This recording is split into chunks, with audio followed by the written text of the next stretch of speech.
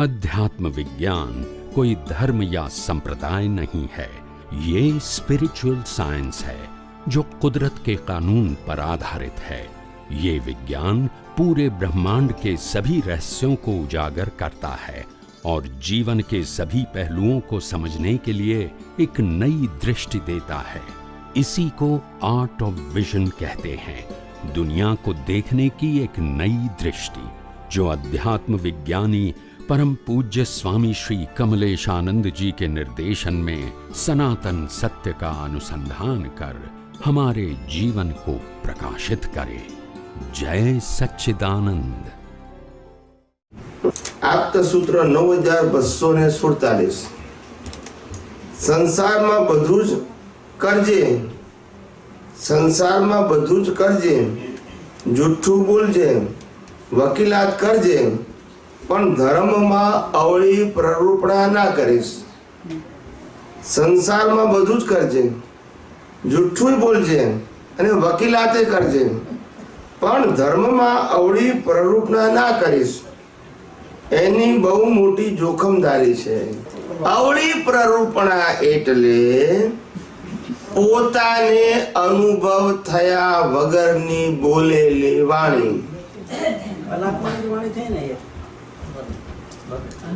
આત્માની જ વાણી હોય કે ગમે તે વાણી હોય, અનુભવ વગર બોલો એટલે તમે જવાબદાર છો।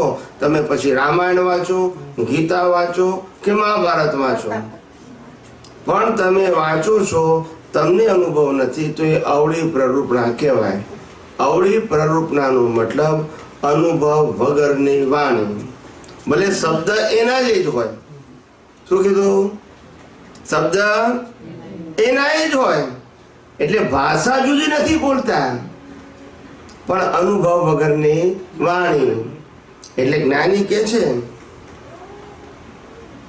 કે અનુભવ વગરની વાણી એટલે કે તમે જ્યારે વ્યક્ત કરો એના આધારે એક પણ વ્યક્તિમાં ઊંધી સમજણ જાય, એની જવાબદારી કોની થાય? પોતે બોલનારની। સમજાય છે? એટલે અવળી પ્રરૂપણા એટલે જૈન પરિભાષામાં કીધું, આ જૈન પરિભાષાનો શબ્દ છે। અવળી પ્રરૂપણા એટલે કે ઉપદેશ આપવો, પ્રવચન કરવું અથવા તો જવાબ આપવો, એને પ્રરૂપણા કહેવાય। અને અવળી પ્રરૂપણા એટલે કે અનુભવ વગર બોલવું। શું કહેવાય? અવળી એટલે ઊંધી નહીં, સમજાય છે? અવળી એટલે ઊંધી નહીં। તમે ગીતા વાંચો એમાં શું ઊંધું હોય? રામાયણ વાંચો એમાં શું ઊંધું હોય? આગમ વાંચો એમાં શું ઊંધું હોય? આપતવાણી વાંચો એમાં શું ઊંધું હોય?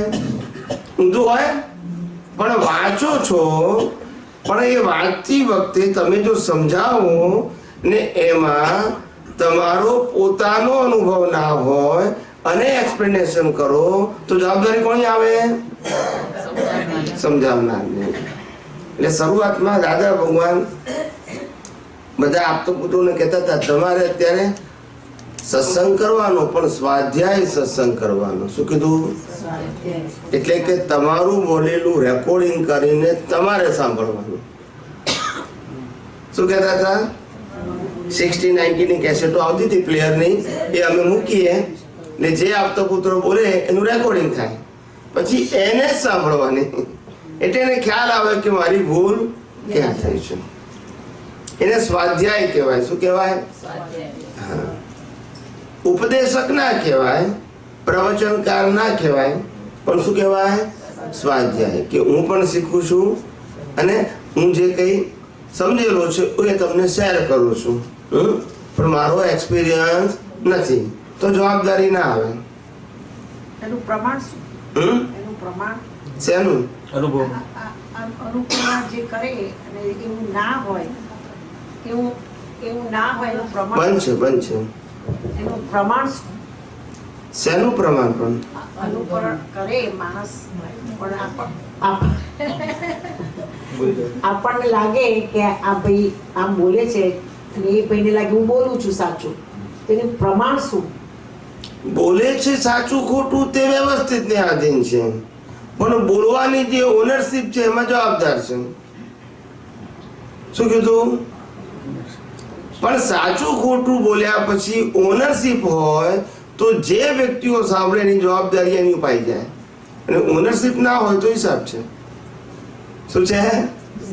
માલિકી થઈ ગઈ તો જવાબદાર છો. શું થઈ ગયું? માલિકી. એટલે કીધું ને સ્વાધ્યાયમાં ઓનરશિપ ના હોય. સ્વાધ્યાય એટલે ખ્યાલ આવે છે ને, પણ હું પણ ભણી રહ્યો છું અને તમને પણ એ ભણતર શેર કરું છું. અનુભવ નહીં, જ્ઞાની એને કહેવાય અનુભવ શેર કરે, ચોપડી નહીં. અને સ્વાધ્યાય એને કહેવાય કે જે લખેલું છે એ હું શેર કરું છું, મારું કશું છે નહીં, એને સ્વાધ્યાય કહેવાય. એટલે જ્ઞાનીએ કીધું કે એક પણ વાક્ય તમારો અનુભવનો મૌલિક હોવો જોઈએ, તો જાણવું કે અનુભવ થયો છે. મૌલિક ખ્યાલ આવે છે? દુનિયાની કોઈ કિતાબમાં ના હોવું જોઈએ, એ તમારું અનુભવ પ્રમાણ હોવું જોઈએ. શું હોવું જોઈએ? ચોપડીનું પ્રમાણ નહીં. 24 તીર્થંકરો જુદું જુદું બોલ્યા. કેમ? આગલા તીર્થંકરો ખોટા હતા, પણ દરેક વ્યક્તિએ શું કીધું? રામ થયા તો રામે કોણ અનુભવ કીધો? પછી કૃષ્ણ થયા તો, અને મહાવીરે કોણ અનુભવ કીધો? તો આગલા ખોટા હતા? ના, બધા સાચા હતા, પણ દરેક અનુભવી પુરુષ પોતાનું જ અનુભવ જગતને શેર કરે, અને જવાબદાર પણ કોણ હોય? પોતે જ હોય. આપણે પેલા રવિવારે આપણે ત્યાં આગળ ગયા હતા સિદ્ધાચલમ, ત્યાં આપણું સૂત્ર વાંચ્યું તો યાદ છે બધાને?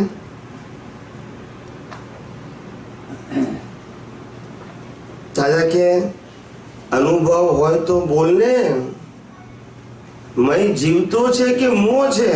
શું બોલતે? શું કીધું એમને? મય જીવતો છે કે મોહ છે? શાસ્ત્રના ટબા હું કામ બતાવે છે? શું કહેતા હતા? આ દાદા ભગવાનનું વાક્ય બોલું છું, એજ ઇટ ઇઝ શબ્દો. શાસ્ત્રના ટબા શું કામ બતાવે છે? અંદર હોય તો બોલે. એટલે અંદરનો મતલબ થાય અનુભવ્યો. જેમ પાતાળી જણું કહીએ છે ને, એટલે અનુભવી બાનું. એટલે જવાબદારી છે આ. શું છે? એટલે મહાવીરની વાત કરીએ.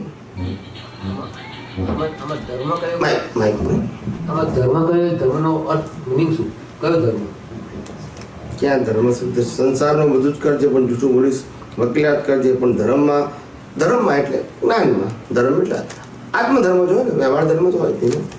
વ્યવહાર ધર્મમાં તો કરવાનું ના કરવાનું હોય જ ને. આત્મધર્મની વાત કરીશું.